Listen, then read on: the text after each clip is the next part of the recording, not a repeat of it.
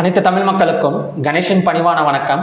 இது bank நிஃப்டிக்கான channel. So subscribe பண்ணாதவங்க subscribe பண்ணிக்கோங்க. என்னோட ஒரிஜினல் டெலிகிராம் சேனல் லிங்க் பார்த்தீங்கன்னா வீடியோ டிஸ்கிரிப்ஷனில் கொடுத்துருக்கேன். ஸோ ஜாயின் பண்ணாதவங்க ஜாயின் பண்ணிக்கோங்க. ஸோ வாங்க மண்டே மார்க்கெட் பற்றி டிஸ்கஸ் பண்ணலாம். ஸோ ஃப்ரைடே எப்படி ப்ரிடிக்ஷன் பண்ணியிருந்தனோ ஸோ அதே மாதிரி தான் பார்த்தீங்கன்னா மார்க்கெட் மூவ்மெண்ட் கொடுத்துருக்கு. ஸோ ஃப்ரைடே ஃபஸ்ட்டு கண்டிஷனே சொல்லியிருந்தேன், மார்க்கெட் ஒரு கேப் அப்பில் ஓப்பன் ஆச்சுன்னா ஸோ கண்டிப்பாக அடுத்த டார்கெட் 49,550 வரைக்கும் கால் ஆப்ஷன் நம்ம ஹோல்டு பண்ணலாம்.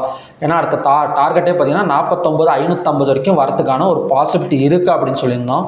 ஸோ அது மட்டும் இல்லாமல் லாஸ்ட் வீக்கே ATH ரெசிஸ்டன்ஸ் அப்படின்னு சொல்லிட்டு ஒரு ரெட் லைன் நான் ட்ரா பண்ணியிருந்தேன். 49,550 போனால் ஸோ அங்கேருந்து பார்த்தீங்கன்னா மார்க்கெட் கண்டிப்பாக கீழே இறங்கக்கூடிய ஒரு பாசிபிலிட்டி இருக்குது. அதனால் 15 மினிட்ஸ் அந்த இடம் டச் பண்ணதுக்கப்புறம் 15 minutes candle red colour candle form ஆனதுக்கப்புறம் நம்ம ஒரு புட் ஆப்ஷன் சைடு போனோம்னா அதோட டார்கெட் 49,000 வரைக்கும் வரதுக்கான ஒரு பாசிபிலிட்டி இருக்குது அப்படின்னு சொல்லியிருந்தேன். எக்ஸாக்டாக 100% அதே மாதிரி தான் நடந்திருக்கு.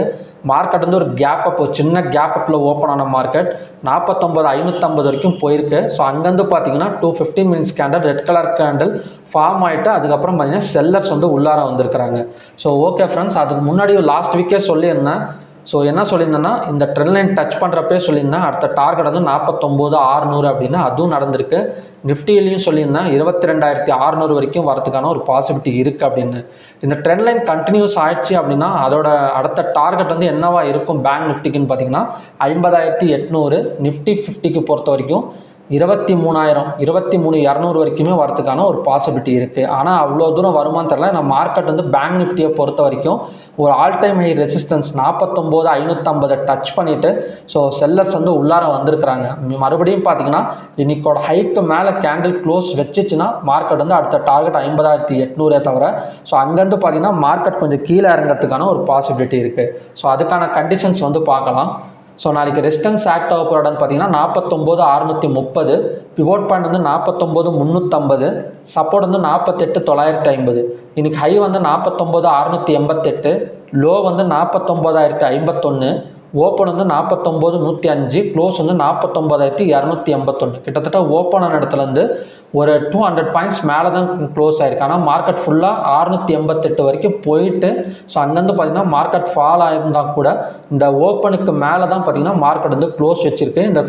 அதாவது இந்த ஓப்பனுக்கு கீழே கட் ஆகலை. ஸோ ஓவராலாக பார்த்தீங்கன்னா இன்னும் பார்த்தீங்கன்னா கொஞ்சம் பையிங் ப்ரெஷரில் தான் இருக்குது. அந்த ஆல் டைம் ஹை ரெசிஸ்டன்ஸ் அந்த இடத்துல இருக்கிறனால ஸோ அங்கேருந்து பார்த்தீங்கன்னா மார்க்கெட் கொஞ்சம் 500 to ஒரு 250 பாயிண்ட்ஸ் டவுன் கொடுத்துருக்கு. ஸோ அப்படி பார்க்குறப்ப ஃபஸ்ட்டு டார்கெட்டாக அதாவது ஃபஸ்ட்டு கண்டிஷனாக பிட்வீன் பிவோட் அண்ட் சப்போர்ட்டில் ஓப்பன் ஆகக்கூடிய பாசிபிலிட்டி இருக்குது. ஸோ இந்த இடம் தான் பார்த்தீங்கன்னா 90% ஓப்பன் ஆகக்கூடிய சான்சஸ் இருக்குது. ஸோ இந்த இடத்துல ஓப்பன் ஆகிறப்ப இந்த க்ளோஸுக்கு மேலே ஓப்பன் ஆனால் மட்டும் கால் ஆப்ஷன் ட்ரை பண்ணுங்கள். அதோட டார்கெட் பிவோட், அப்புறம் பார்த்தீங்கன்னா ரெசிஸ்டன்ஸ். சப்போஸ் இந்த க்ளோஸுக்கு கீழே ஓப்பன் ஆனால் புட் ஆப்ஷன் போகலாமா அப்படின்னு கேட்டிங்கன்னா போகாதீங்க. ஸோ க்ளோஸுக்கு கீழே ஓப்பன் ஆனால் கொஞ்சம் நேரம் வெயிட் பண்ணி இந்த சப்போர்ட் 48,950 டச் பண்ணதுக்கப்புறம், ஏன்னா இது பார்த்தீங்கன்னா மறுபடியும் ஒரு சப்போர்ட்டாக ஆக்ட் ஆகக்கூடிய ஒரு பாசிபிலிட்டி இருக்குது. இந்த சப்போர்ட் இது வரைக்கும் விட்டுருங்க. அதாவது மார்க்கெட் இந்த க்ளோஸுக்கு கீழே ஓப்பன் ஆனால் கால் ஆப்ஷனும் போகாதீங்க, புட் ஆப்ஷனும் போகாதீங்க. கொஞ்ச நேரம் வெயிட் பண்ணிவிட்டு இந்த 48,950 வரைக்கும் விட்டுட்டு அதுக்கு கீழே போனாலும் விட்டுடுங்க. எந்த இடத்துல 15 மினிட்ஸ் கேண்டில் பைக்கு க்ரீன் கலர் கேண்டில் ஃபார்ம் ஆகுதோ அந்த இடத்துல கால் ஆப்ஷன் எடுத்தோம்னா அதோட டார்கெட் இந்த பிவோட் பாயிண்ட் வர வரைக்கும் நம்ம ஹோல்டு பண்ணிக்கலாம். ஏன்னா அதுக்கு மேலே ரிஸ்க் எடுக்க வேணும். ஸோ ரெண்டாவது பிட்வீன் ரெசிஸ்டன்ஸ் அண்ட் பிவோட்டில் ஓப்பன் ஆகக்கூடிய ஒரு பாசிபிலிட்டி இருக்குது. ஸோ அந்த மாதிரி ஓப்பன் ஆச்சுன்னா ஸோ மறுபடியும் பை கன்ஃபார்ம் ஆகிடும். எதெல்லாம் இந்த க்ளோஸுக்கு மேலே ஓப்பன் ஆகிடும். ஸோ ஆல்ரெடி பார்த்தீங்கன்னா இன்றைக்கி ஓப்பனையே கட் பண்ணி, அதாவது இன்றைக்கி லோவையே மார்க்கெட் கட் பண்ணலை, கட் பண்ணி கீழே வரல. அதனால் இந்த மாதிரி இடத்துலலாம் ஓப்பன் ஆச்சுன்னா மறுபடியும் க்ளோஸுக்கு மேலே ஓப்பன் ஆகிடும். இந்த பிவோட் வந்ததுக்கப்புறம் கால் ஆப்ஷன் எடுத்திங்கன்னா அதோட டார்கெட் இந்த ரெசிஸ்டன்ஸ் வரைக்கும் வச்சுக்கலாம். ஸோ மூணாவது கண்டிஷனாக மார்க்கெட் ஒரு கேப் டவுன் எடுத்துச்சுன்னு வச்சுக்கோங்களேன். சப்போஸ் குளோபல் கேப் அப் எடுக்கிறதுக்கான பாசிபிலிட்டி ரொம்ப கம்மி தான். ஏன்னா நிஃப்டியெல்லாம் பார்த்தீங்கன்னா கொஞ்சம் கீழே வந்துட்டுருக்கு. கிஃப்ட் நிஃப்டி ஆகட்டும், அப்புறம் நாஸ்டாக்கெல்லாம் பார்த்தீங்கன்னா கொஞ்சம் ரெட் கலர் சிக்னல் ஃபார்ம் ஆயிருக்கு. ஆனால் கன்ஃபார்மாக நடக்குமான்னு தெரில. அப்படி கேப் டவுனில் ஓப்பன் ஆச்சுன்னா அது கண்டிப்பாக ஒரு ஃபேக் கேப் டவுனாக தான் இருக்கும். அவசரப்பட்டு புட் ஆப்ஷன் சைடு போக வேணாம்.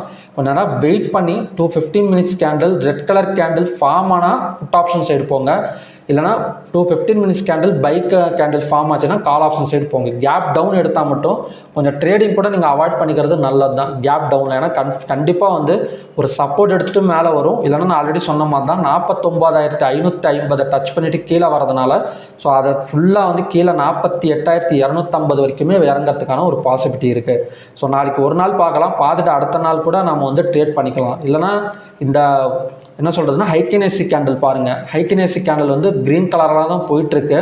ஸோ ரெட் கலருக்கு வந்து ஏதாவது ஒரு கேண்டில் வந்து சேஞ்ச் ஆகட்டும், அதுக்கப்புறம் வந்து நாம் வந்து ட்ரேட் பண்ணி நம்ம இது பண்ணிக்கலாம். என்னென்னா நம்ம ஹோல்டிங்கோ இல்லைனா புட் ஆப்ஷன் சைடோ போய்க்கலாம். ஸோ இப்போதைக்கு கால் ஆப்ஷன் மட்டும் நம்ம வந்து கான்சன்ட்ரேட் பண்ணலாம். ஸோ ஓகே ஃப்ரெண்ட்ஸ், 3 கண்டிஷன் தான். பிட்வீன் பிவோட் அண்ட் சப்போர்ட்டில் ஓப்பன் ஆச்சுன்னா ஸோ க்ளோஸுக்கு மேலே ஓப்பன் ஆனால் கால் போங்க. சப்போஸ் க்ளோஸுக்கு கீழே ஓப்பன் ஆனாலும் கால் போங்க. வெயிட் பண்ணி 215 minutes candle green colour candle form ஆனதுக்கப்புறம் கால் சைடு போங்க. ரெண்டாவது பிட்வீன் ரெசிஸ்டன்ஸ் அண்ட் பிவோட்டில் ஓப்பன் ஆச்சுன்னா கால் சைடு போகலாம். பிவோட் வந்ததுக்கப்புறம் கால் ஆப்ஷன் வந்து ட்ரை பண்ணலாம். ஸோ மூணாவது ஒரு கேப் டவுனில் ஓப்பன் ஆச்சுன்னா 215 மினிட்ஸ் கேண்டில் தொடர்ந்து ஒரு 2 15 minutes candle red colour candle form ஆனால் புட் ஆப்ஷன் சைடு போங்க. சப்போஸ் ஏதாவது ஒரு கீழே வந்துட்டு 2 15 minutes candle green colour candle form ஆனாச்சுன்னா டக்குன்னு போயிட்டு நம்ம வந்து கால் ஆப்ஷன் சைடு வந்து போகலாம். ஏன்னா ஒரே ஒரு கேண்டலை மட்டும் நம்பி நாளைக்கு வந்து புட் ஆப்ஷன் போகாதீங்க. ஃபஸ்ட்டு 15 மினிட்ஸ் கேண்டலை மட்டும் நம்பி புட் ஆப்ஷன் எடுக்காதீங்க. ஆனால் அங்கேருந்து பார்த்தீங்கன்னா மார்க்கெட் டர்னாக மேலே வரதுக்கான ஒரு பாசிபிலிட்டி இருக்குது. ஸோ ஓகே ஃப்ரெண்ட்ஸ், இதுதான் நாளைக்கான கண்டிஷன்ஸ். ஸ்டாக்ஸ் பார்க்கலாம். ஸோ ஸ்டாக்ஸ் நேற்று வந்து 3 ஸ்டாக்ஸ் சொல்லியிருந்தேன். பேங்க் ஆஃப் பரோடா 268 ஒரு சப்போர்ட், அதாவது ஆல்ரெடி ரெசிஸ்டன்ஸ் ஆக்ட் ஆன இடம் சப்போர்ட் ட்ரா பண்ணியிருந்தோம் 268. அது பார்த்திங்கன்னா எக்ஸாக்டாக டார்கெட் சொன்ன மாதிரி அச்சீவ் ஆயிருக்கா. 268லேருந்து 272 வரைக்குமே வந்திருக்கு. ஸோ ரெண்டாவது ஸ்டேட் பேங்க் ஆஃப் இந்தியா 835.60 வந்தால் செல் எடுக்கலாம் அப்படின்னு சொல்லியிருந்தேன்.